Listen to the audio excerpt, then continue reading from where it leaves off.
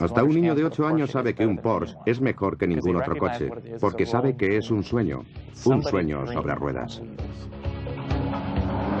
Pero el trayecto recorrido hasta llegar a ese sueño estuvo lleno de altibajos. A lo largo de la vida de dos hombres muy diferentes, Ferdinand y Ferry Porsche. Padre e hijo. Mi padre consiguió su objetivo a base de sensibilidad y comprensión, porque mi abuelo tenía muy mal genio. Una vez que se enfadó mucho, tiró su sombrero al suelo y lo estuvo pateando durante un buen rato. A lo largo del camino, el patriarca de la familia, Ferdinand Porsche, puso los coches al alcance de todo el mundo. Lo más importante para él, la ilusión más grande de su vida, era que cada persona tuviera un automóvil. Pero para realizar su deseo tendría que aliarse con un terrible dictador. Según Hitler, Porsche podía hacer casi de todo. Y pagaría un elevado precio por esa alianza. Con el mundo alrededor suyo en ruinas, Ferry Porsche diseñaría un tipo de coche totalmente distinto. El mismo vehículo que un domingo gana una carrera con el Porsche Club, el lunes por la mañana lleva a los niños al colegio. Desde 20 kilómetros por hora hasta 320. Esta es su historia. Ferdinand Porsche. Se puede decir que el Porsche ha sido siempre un coche logrado. Un vehículo con un claro sentido de sus prioridades. La forma le viene dada por la funcionalidad. La cómoda conducción y la potencia van unidas. En un Porsche, la identidad se forja de adentro hacia afuera. Con solo abrir la puerta y sentarte, cerrando los ojos, inmediatamente sabes que estás en un Porsche. Es la excelencia hecha realidad. En muchos aspectos, es el reflejo de cómo queremos ser en nuestra vida. Representa tanta energía, tanto anhelo por conseguir la perfección. Esa me parece que es la imagen del Porsche. Una imagen que no es casualidad, sino que refleja una voluntad con un doble objetivo, diseño y excelencia. Ese ha sido el sello de una familia poco corriente, la familia Porsche. En el siglo pasado se convirtió en una dinastía de la automoción, impulsada por la inflexible dirección y clarividencia del patriarca Ferdinand Porsche. Como técnico era un auténtico genio. Con él siempre se tenía la impresión de que cuando miraba algo en concreto, no se cuestionaba la forma en que funcionaba aquello, sino la manera de hacerlo de forma distinta, estudiando las posibilidades de mejorarlo. Ferdinand Porsche nació el 3 de septiembre de 1875 en el estricto e industrioso hogar de Anton Porsche, de 30 años de edad, y Ana, de 25, en la población austrohúngara de Mafferstorf.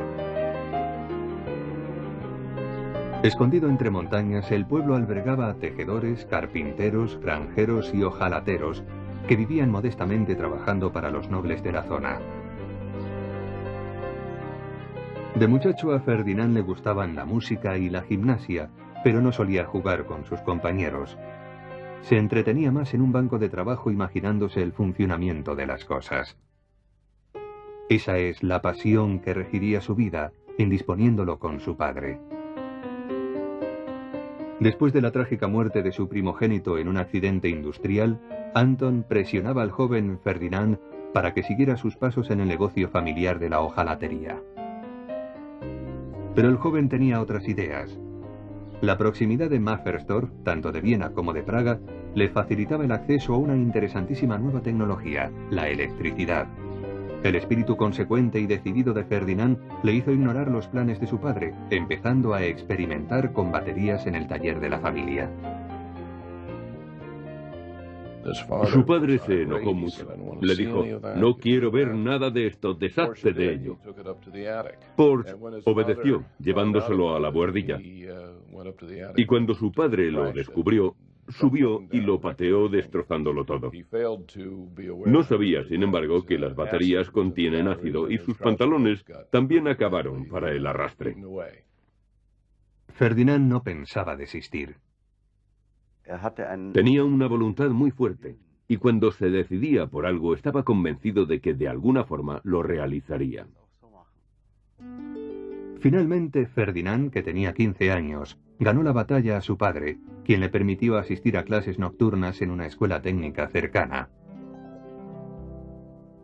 Inmerso en el estudio de la electricidad, Ferdinand tenía reservada a sus padres una gran sorpresa. Ferdinand instaló luz eléctrica en su casa, una tremenda novedad en aquella época.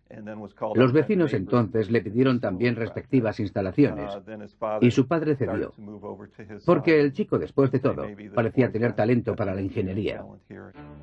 Con 18 años, Ferdinand se trasladó a Viena para cursar ingeniería mecánica en la universidad y trabajar para Bela Eger, una firma de electricidad. Su espíritu inquieto le impulsó a interesarse por la tecnología de la automoción que estaba en su infancia en ese final de siglo. El joven prodigio fue contratado como diseñador por Jacob Lohner, conocido constructor de automóviles, cuyos coches impulsados por electricidad tenían una potencia muy baja. El diseño de Ferdinand, radicalmente novedoso, se basaba en dos pequeños motores eléctricos sobre las ruedas delanteras, en lugar de un pesado motor centralizador. Propulsando las ruedas directamente eliminaba el ineficaz diferencial que afectaba a la potencia. El automóvil diseñado cuando colaboraba con Lohner fue exhibido en París en 1900 como Lohner Porsche. Así, a la edad de 25 años, Ferdinand Porsche estaba ya en la escena mundial. La siguiente gran innovación fue un coche mixto, de gas y eléctrico. Fue el primer híbrido, con propulsión a las 4 ruedas mediante la electricidad generada por un pequeño motor de gasolina. Ferdinand lo llevó a Versalles a la entonces inimaginable velocidad de 14 kilómetros por hora, y se adelantó a su tiempo.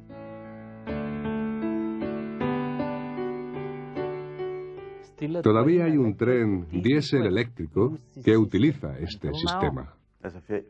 Para el abuelo era importante trabajar en cosas que a los demás les parecían difíciles o imposibles de resolver. Él, en cambio, demostraba que eso no era así, que sirviéndose de la técnica se podía encontrar la solución adecuada. Cuando vivía en Viena, Ferdinand conoció a una bibliotecaria, Aloysia Johanna Kaes, una mujer independiente que quedó fascinada por la pasión de Ferdinand por los automóviles y lo acompañó en un coche mixto hasta Mafferstorf para visitar a sus padres. Aunque Anton, el padre, encontró a Aloysia demasiado flaca, la voluntad de Ferdinand se impuso de nuevo. Los jóvenes contrajeron matrimonio el 17 de octubre de 1903. Con su típica afición al trabajo, Ferdinand se entretuvo en una reunión en la fábrica y casi no llega a la boda. La carrera de Ferdinand estaba a punto de sufrir uno de sus muchos altibajos. Jacob Lohner no estaba nada contento con su despilfarrador ingeniero. Lohner vio que, a pesar de los experimentos de Porsche, no se vendían muchos vehículos. Y por eso, en 1905, debido especialmente a que Porsche costaba más de lo que ingresaba, decidió prescindir de sus servicios. Debemos admitir que ese fue una especie de leitmotiv en la carrera de Porsche. Con una mujer a quien mantener y una hija pequeña, Louise, que nació en 1904, Ferdinand Porsche, a sus 31 años, no debía estar desocupado durante mucho tiempo. En 1906 consiguió un magnífico puesto como director técnico de una de las más importantes empresas austríacas del automóvil, la Austro-Daimler.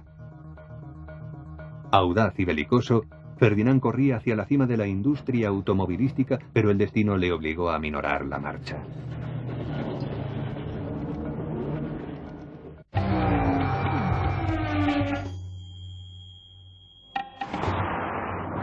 Para Porsche, las carreras fueron siempre su impulso vital. Conseguir que en la pista un coche traspase el límite confirma que el vehículo que se va a vender mantendrá ese límite en carretera y en ciudad. Hay que pensar que Ferdinand Porsche no solo conducía los coches, sino que los hacía correr, y lo que aprendía en las carreras lo aplicaba después a los vehículos que construía. Esta filosofía de mejorar un modelo participando en carreras se remonta a los principios de la vida profesional de Porsche, porque lo cierto es que respondía a su espíritu aventurero. Al Dr. Porsche le encantaba correr. Pensaba que el mundo real era mucho más intenso que las presiones que pudieran aplicarse según diseños concebidos en el laboratorio. En 1908, con 33 años, Porsche fabricaba coches de carreras para sus nuevos jefes, Austro-Daimler. Alcanzaban la extraordinaria velocidad de 120 km por hora. El éxito profesional vino acompañado por la felicidad privada, ya que en 1909 Aloysia dio a luz al segundo vástago de la pareja, Ferdinand, que recibió el apodo de Ferry. Pero el padre no estuvo presente en el alumbramiento.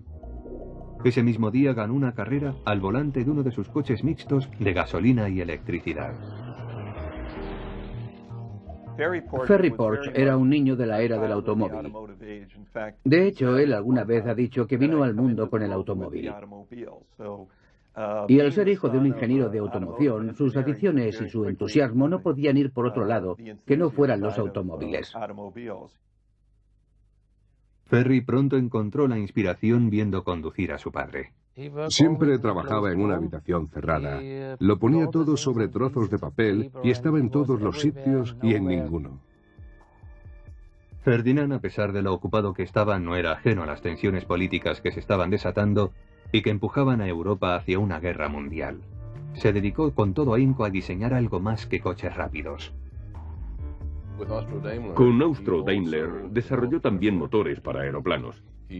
Veía señales de la aproximación de un conflicto bélico y quería que la compañía estuviera preparada. Y en una época en que Austria no tenía aviones, él desarrolló un motor para aviación. El trabajo de Porsche resultó muy oportuno. Con el asesinato de Francisco José en 1914 en Austria, estalló la Gran Guerra en todo el mundo. La más novedosa contribución de Porsche a la guerra fue un tren terrestre, un tren con un tractor que tiraba de 6 vagones y que se llamó tren marítimo. Podía transportar lanchas, soldados y un cañón escota de 26 toneladas de peso en terreno abierto y por raíles. Este mastodonte dio al ejército austríaco una movilidad sin parangón sobre terrenos accidentados.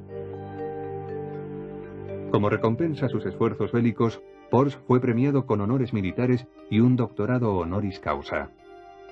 Ferdinand, nombrado presidente de Austro-Daimler, era ahora llamado señor profesor, Dr. Porsche. Pero la guerra que premió a este diseñador de ahora 43 años no fue tan amable con su patria austríaca ni con Alemania, que fueron devastadas en 1918. En este frágil clima económico, a Ferdinand se le ocurrió la idea que dominaría el resto de su vida: coches más pequeños y de precio más bajo. Pero sus jefes impidieron que llevara a cabo su propuesta. Entonces desarrolló pequeños coches deportivos llamados Shashas, según un productor cinematográfico y compañero de carreras, el conde Shasha Kullerer, financiador del proyecto. Y así cambió de filosofía, abandonando los coches grandes y pesados. Este era solo un 4 cilindros, pero con 8 bujías. Las bujías adicionales aumentaban la eficacia y fiabilidad del coche. Se enviaron 3 Shashas a la carrera de Targa Florio de 1922. El recorrido de 500 kilómetros discurría por carreteras llenas de baches y colinas. El impetuoso Shasha ganó en su clase de coche pequeño en competición con poderosos autos franceses e italianos. El Shasha era ya una señal del interés de Porsche por los coches más económicos, más pequeños. El problema con los coches pequeños, sin embargo, es que un coche pequeño implica un precio pequeño. Y a no ser que se fabriquen en un volumen considerable, se pierde dinero con ellos. Los directores de la Austro-Daimler estaban buscando una disculpa para cerrar la división de competiciones de Ferdinand, tan poco lucrativa. El motivo se les presentó en otoño de 1922. En la última carrera del año, el coche del piloto Fritz Kühne derrapó, matándolo. Lo vieron como una buena razón para cerrar el departamento de coches de competición. Esto molestó a Ferdinand, que estaba convencido de que las carreras mejoraban la técnica. Porsche, enojado, dimitió y se trasladó a Stuttgart, a la versión alemana de Daimler, que pasaba por una mala época a resultas de la guerra. Allí lo necesitaban para rehabilitar con las carreras el nombre de la empresa, pero sus bruscas maneras no encajaban bien en el clima formal de Daimler.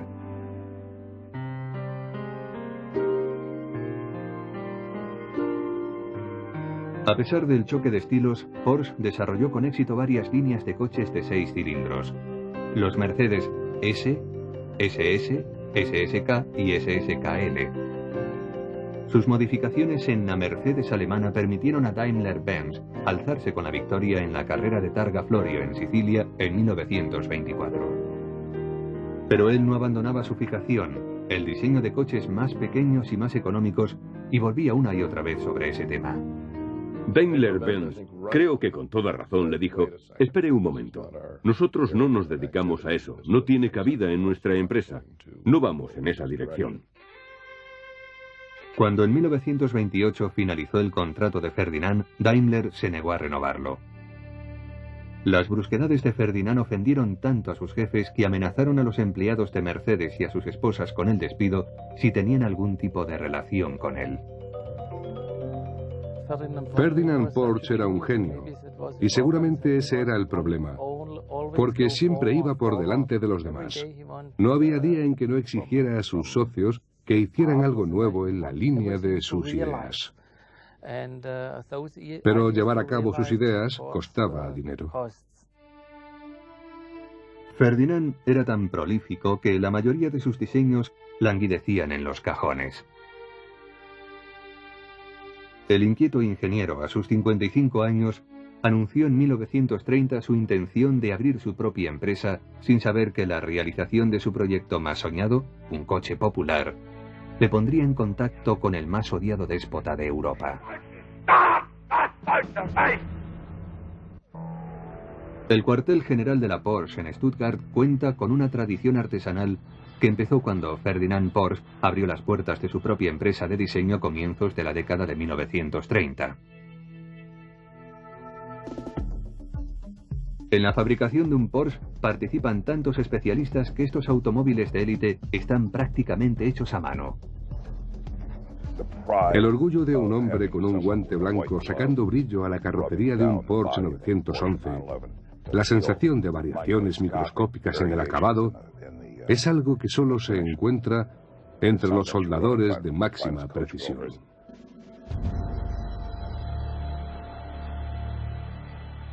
La empresa Porsche todavía exhibe el perfeccionismo del hombre que inspiró su primer automóvil, Ferdinand Porsche. Pero el carácter intransigente de este hombre volvía locos a sus empleados. En 1931, Ferdinand había pasado a sus 56 años 3 décadas trabajando para algunas de las empresas más conocidas de la industria automovilística europea. Y sin embargo, su insatisfacción crecía con el paso de los años. Había llegado el momento de establecerse por su cuenta. Los genios siempre tienen problemas con la gente y con sus jefes. Y esa fue la razón por la que se decidió a abrir su propia empresa en el año 31 en Stuttgart. 9 diseñadores austríacos formaron el núcleo de la nueva compañía, la oficina de diseño de Ferdinand Porsche para la construcción de vehículos de motor en Stuttgart, Alemania. Entre estos diseñadores estaba su hijo Ferry, que había crecido viendo a su padre inmerso en la idea de cómo debería ser un automóvil. Ahora que su padre se había independizado, Ferry, de 22 años y un carácter más suave y con más visión comercial, se convertiría pronto en un pilar de la empresa. Mi padre alcanzaba sus objetivos con comprensión y buenos modos. Mi abuelo, en cambio, tenía un genio horrible. Una vez que se enfadó, tiró su sombrero al suelo y lo estuvo pateando durante un buen rato. Con ese carácter tan fuerte, convirtió su propio negocio en una lucha desde el comienzo. Creo que Ferdinand Porsche era una persona aprisionada dentro de sus propias ideas. Era un hombre que tenía sus experimentos, sus proyectos técnicos, su actividad como diseñador en el primer plano de su mente, y eso era lo que le daba impulso en la vida. Al principio, el ambiente de negocios en Alemania era todo menos favorable. En 1929, con el crash de la Bolsa de Nueva York, terminó el corto periodo de prosperidad de la República de Weimar. A pesar de estos tiempos difíciles y el carácter exigente de Ferdinand, en la compañía reinaba un ambiente familiar y los miembros de su equipo eran siempre bienvenidos en su casa. Era notable la relación que mantenía con sus colaboradores. Sus ingenieros y sus técnicos estaban en el pasillo relajados, conversando. Para él, el mundo en el que vivía reunía las dos cosas en una sola. La esfera privada y la comercial, todo en uno. El padre y el hijo a menudo se traían el trabajo a casa. No se hablaba de otra cosa. Hasta la abuela decía: ¿es que no vais a parar nunca? Ahora estamos comiendo. Más tarde hablaréis de vuestros asuntos. Siempre hablaban del mismo tema, sin descanso. El primer contrato que recibió la empresa de diseño Porsche fue un automóvil de tamaño medio para la firma Wanderer. Con gran perspicacia, Ferdinand marcó el proyecto con el número 7 en vez de con el 1. Los proyectos entre el 1 y el 6 no existían. Él se hizo la siguiente reflexión: si estamos buscando pedidos y a este primer proyecto le ponemos el número 1, todos pensarán que somos principiantes, que no tenemos experiencia. Pronto siguió otro pedido.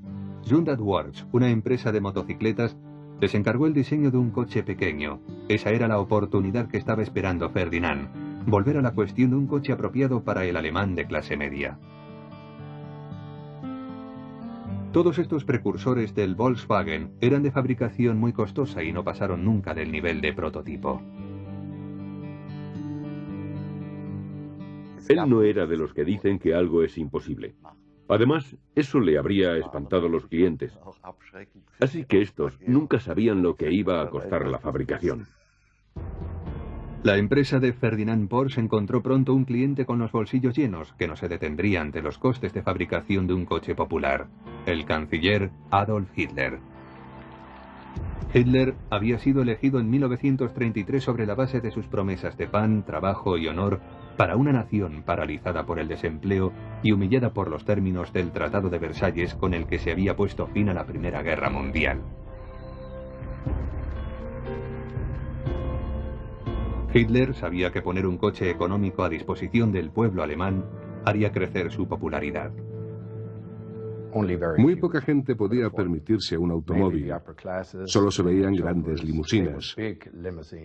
Y el hombre de la calle ni sabía conducir, ni tenía coche, ni pensó nunca en llegar a tener vehículo propio. Pero el deseo de Hitler de construir un coche popular formaba también parte de su estrategia de preparación del país para la guerra.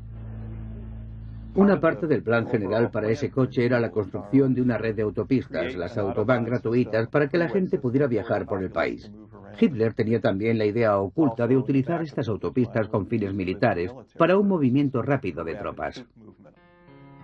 En septiembre de 1933, Ferdinand fue convocado a una reunión con Adolf Hitler en Berlín. Hitler seguía adelante con su idea de un coche para los trabajadores de Alemania. Hitler era un gran entusiasta de los automóviles y entendía también de mecánica de automoción. Por eso estoy seguro de que Porsche pensaba que tenía un partidario de sus ideas en la figura de Hitler. Hitler comunicó a Porsche su concepto sobre el diseño del coche, entre otras cosas, tracción a las 4 ruedas y motor refrigerado por aire. Nada de esto sorprendió al veterano ingeniero hasta que Hitler mencionó el precio de venta previsto: 900 marcos. El equivalente a $360, una cifra imposible por lo reducida. Aún consciente de este precio de venta tan poco realista, Ferdinand estaba dispuesto a hacer negocios con un hombre que había utilizado el odio y la violencia para su subida al poder. Porsche pagaría cara esta alianza.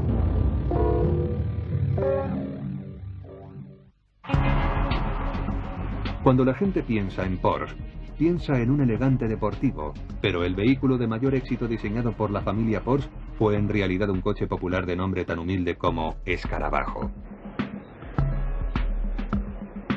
A comienzos de la década de 1930, Adolf Hitler presionó a los fabricantes alemanes de coches para que hicieran un vehículo que pudiera ser adquirido por el obrero medio, un Volkswagen, que traducido quiere decir coche para el pueblo.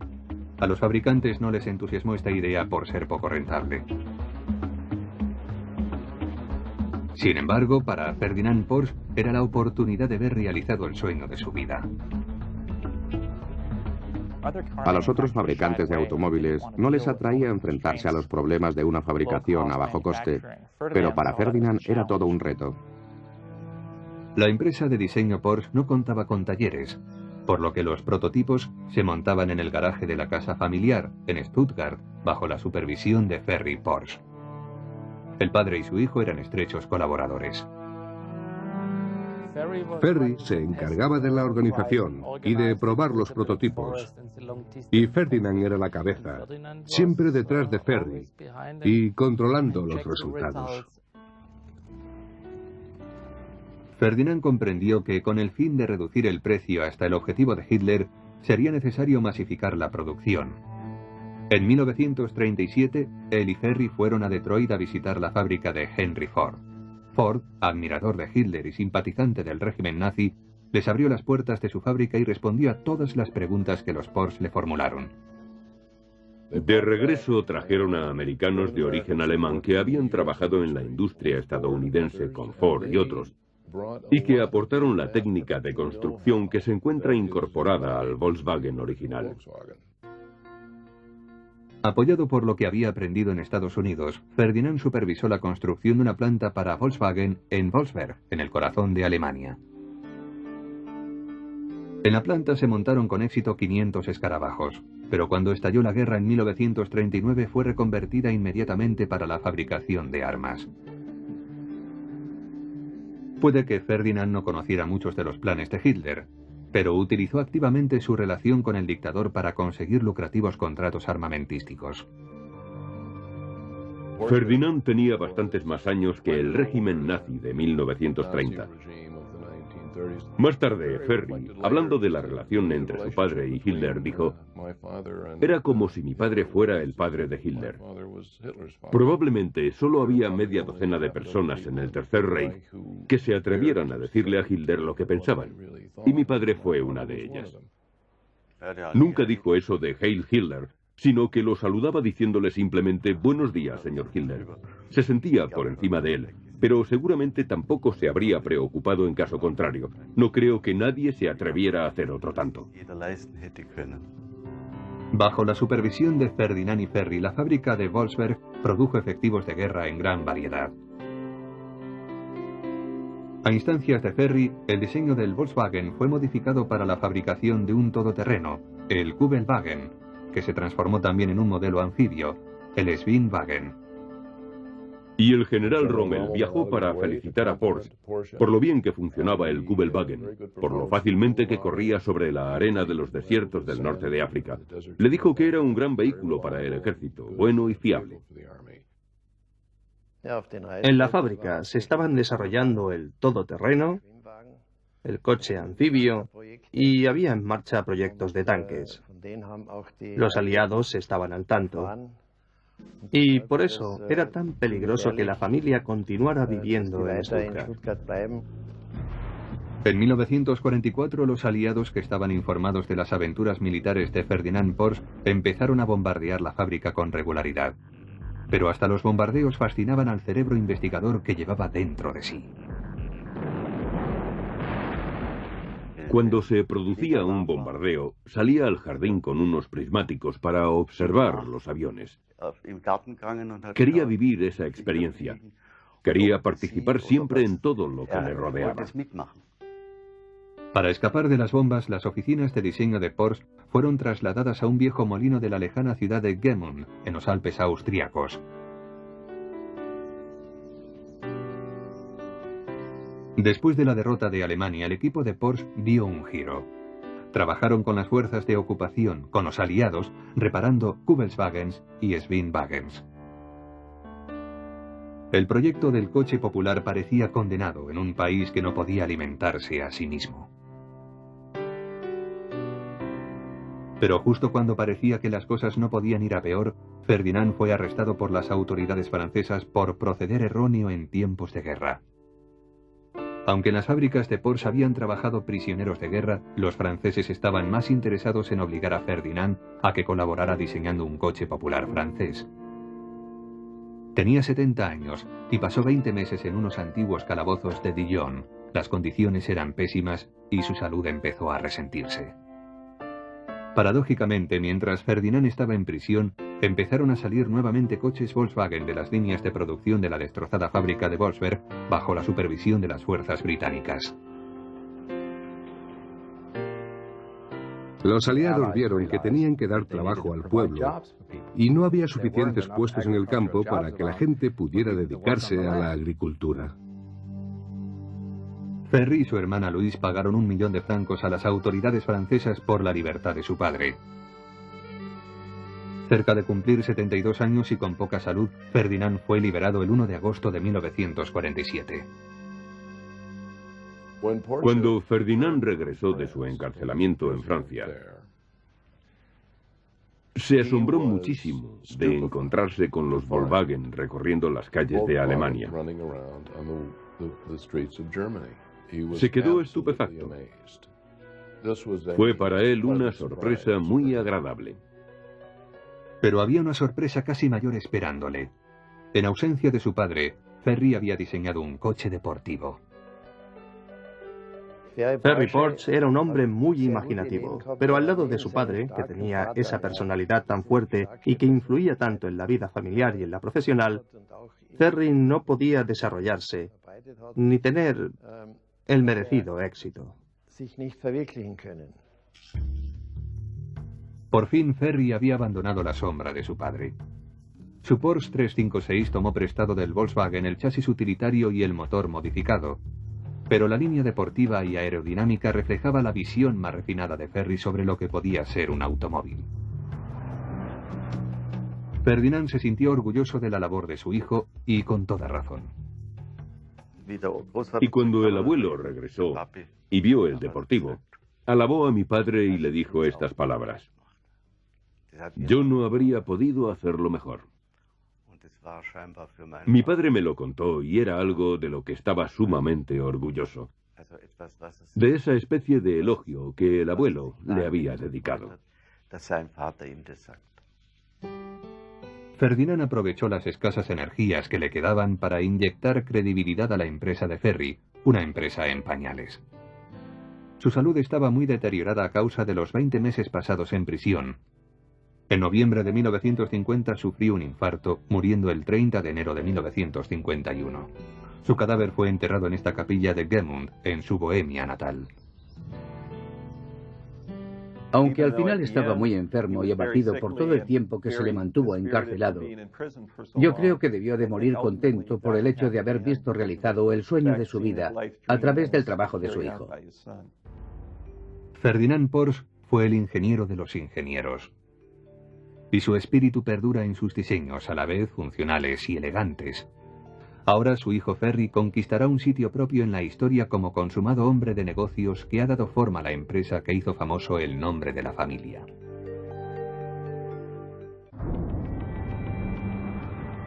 El nombre de Porsche se ha convertido en sinónimo de rendimiento, velocidad y clase. Pero el corazón y la mayoría de los entresijos del primer Porsche fueron un ensamblaje de piezas del Volkswagen. Ferry Porsche se había servido del coche de su padre, el escarabajo, para transformarlo en el primer automóvil que llevaría simplemente el logotipo Porsche. Al final de la guerra, Ferry había completado varios prototipos de Porsche, pero la época no era muy apropiada para introducir entre el público un coche deportivo.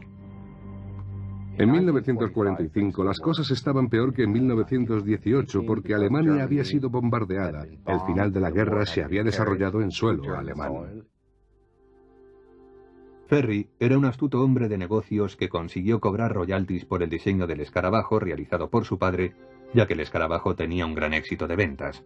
Fue la forma de que Ferry instalara su empresa de coches deportivos para iniciar la producción del Porsche 356. Ferry vendió sus coches a través de la red comercial de VW, pero no estaba seguro de la acogida que tendrían y solo fabricó 400 ejemplares en el año 1950. Desde el principio la demanda sobrepasó a la producción. Hubo un gran interés por este coche que combinaba de manera tan original la velocidad y la funcionalidad. Todo aquel a quien le gusta conducir un coche que salga disparado por una carretera sinuosa y que quiera tener un coche más potente, más caro, se sentirá atraído por un 356 y estará encantado con él. Se amplió la producción para corresponder a la demanda. En 1962 se habían vendido 50.000 ejemplares. Al igual que su padre, Ferry probaba los coches participando en carreras, una llamativa manera de hacer publicidad. Cuando Ferry construyó el primer coche en Austria, el siguiente fin de semana ya estaba corriendo con él. Llevaron un coche en 1951 a las 24 horas de Le Mans y el Porsche ganó en su categoría. Así fue como la compañía se labró su reputación, no solo por la carrera, sino también por ser un exterminador de gigantes. Después de la muerte de su padre en 1951, Ferry Porsche ascendió al puesto de patriarca, tanto en la esfera empresarial como familiar. Ferry iba a las carreras con un cronómetro y sus 4 hijos. Ferry tuvo 5 hijos varones. El mayor, Ferdinand Alexander, apodado Butzi, sería el que se implicaría más activamente en la compañía. Butzi empezó a trabajar en los primeros años 60, dedicándose principalmente al estilismo de la línea Porsche. En 1963, el joven de 28 años fue nombrado jefe del nuevo departamento de diseño.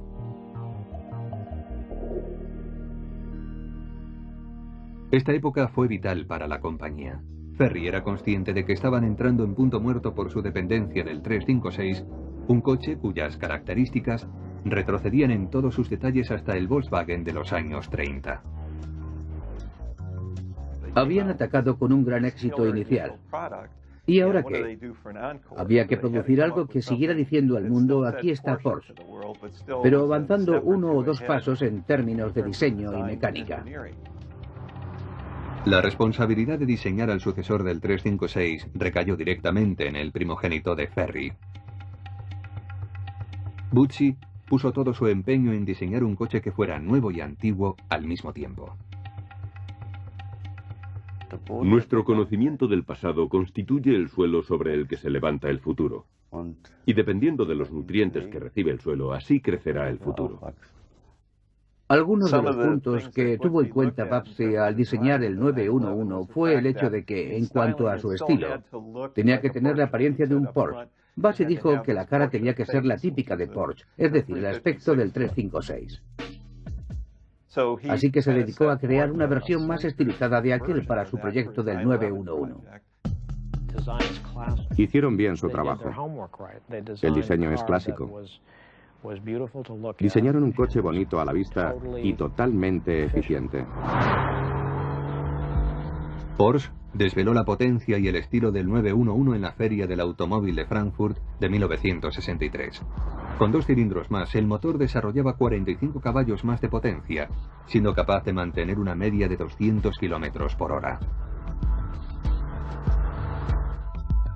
Casi inmediatamente, ocuparon el puesto puntero en el diseño los coches deportivos. Por un lado lo hicieron un poco más abombado. Por otro lado introdujeron algún cambio que otro. Pero en lo fundamental, la idea del coche se ha mantenido constante. Y en eso consiste la verdadera personalidad de un Porsche, en que su forma sea tan fácilmente reconocible. El 911 potenció de nuevo el interés del público por los Porsche. En 1966 se vendieron 100.000 unidades. En busca de un sucesor, Ferry vio en el triunfo de Bucci con el 911 la clave para la dirección de los destinos de la empresa. Pero Bucci tenía un rival muy fuerte, su primo Ferdinand Piëch, una persona que daba mucho juego en el departamento técnico de la fábrica. En la forma de gerenciar la empresa había dos problemas. Uno eran los conflictos entre las dos ramas de la familia y otro que era muy difícil conseguir personas con capacidad directiva suficiente, porque lo único que veían siempre era que trabajaban para el hijo del jefe. En 1972 se llegó al punto álgido y Ferry Porsche dijo: si ninguno de vosotros es capaz de dirigir la empresa, traeremos a otra persona que lo haga. Ferry Porsche era un jefe muy duro. De eso no hay duda, porque tomó algunas decisiones francamente difíciles. En 1972, Ferry se decidió a contratar a una serie de directores para que condujeran la empresa hacia el nuevo siglo. Esta estrategia soslayó las disputas familiares y consiguió hacer a Porsche más eficaz y más rentable. La sosegada presencia de Ferry fue importante hasta el final de su vida. Uno de los diseñadores de Porsche me dijo una vez que cuando Ferry entraba en el estudio y miraba lo que estaban haciendo, era un acontecimiento. Con un apretón de manos me daba ánimos para otros 6 meses. Seguro que en el año 1998 Ferry Porsche era un hombre muy feliz, sabiendo que la obra levantada por su padre y él mismo estaba en buenas manos. Con 88 años, Ferry Porsche falleció de muerte natural en la casa familiar de Zell am See. Fue un duro golpe para todos, porque se puede decir que era el padre de la empresa. Su muerte puso fin a una época de Porsche. Una empresa iniciada gracias a la imaginación de un hombre, su ingenio y su dirección. Pero yo creo que el desarrollo se debió no solo a él, sino a toda su familia. El legado de la familia Porsche se forjó en la técnica perfecta de Ferdinand Porsche y fue popularizado modelo tras modelo por su hijo Ferry.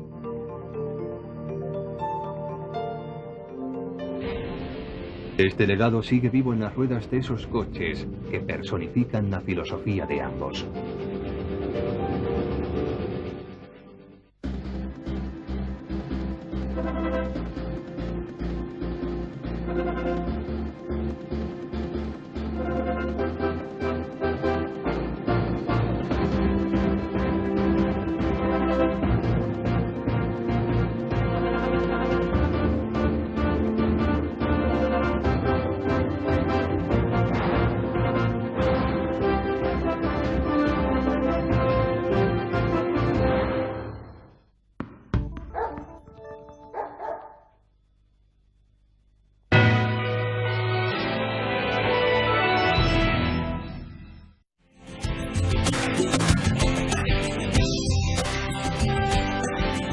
Canal de Historia.